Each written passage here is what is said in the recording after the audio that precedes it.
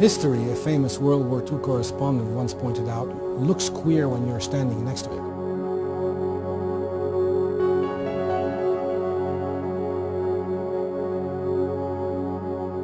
It is difficult to realize that we are living today in such an era because we are in the very midst of it.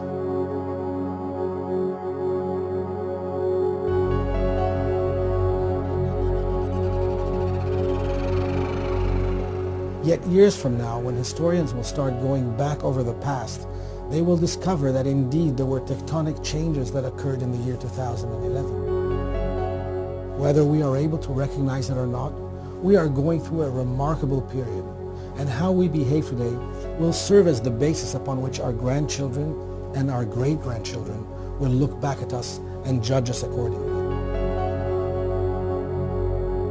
What made 2011 stand out from the other years?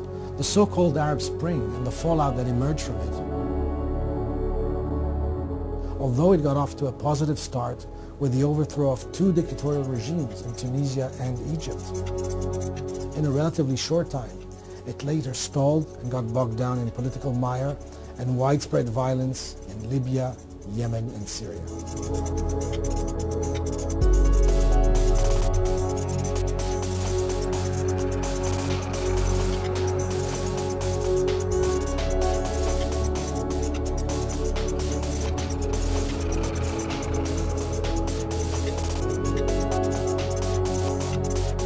However, the ramifications of the Arab Spring must not be underestimated.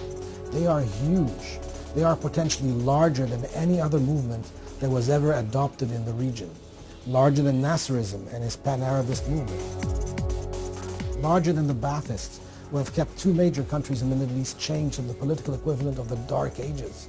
Larger than communism, which in fact never really took hold in the Arab world. And yes, larger than the jihadist movement too. Regardless of how badly some Arab leaders utterly fail to understand the magnitude of what has transpired and continue to cling to power without any regard for human lives, the historic value is this. The march towards democracy in the region that began last January is irreversible. Why? Three reasons basically. First, the people have seen the outside world through the lens of the internet. The lies that their government fed them until recently through the control they once held on the flow of information has surfaced and has come back to haunt these regimes. The governments lost their monopoly on information, which is now abundant and available, and information is power. Second, through the magic of the internet, they have tasted freedom, and as such see no reason to continue living as though the Cold War was still being fought. And freedom is a highly contagious element. Millions have died over the centuries defending freedom, and no doubt many more will continue to die for it. And third, perhaps partially because of the internet and the people's hunger for freedom, the governments have lost an all-important tool that these authoritative regimes once held over the people they rule. That tool is fear. Indeed, the fear is gone today.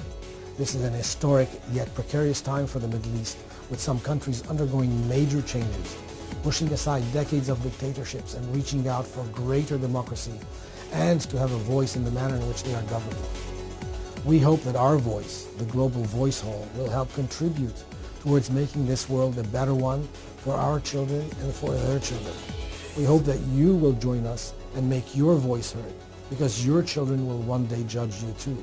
They will judge those who remain silent in the face of oppression and tyranny. And history is never a kind judge of tyrants, nor should it be. I'm Claude Salhani for Global Voice Hall.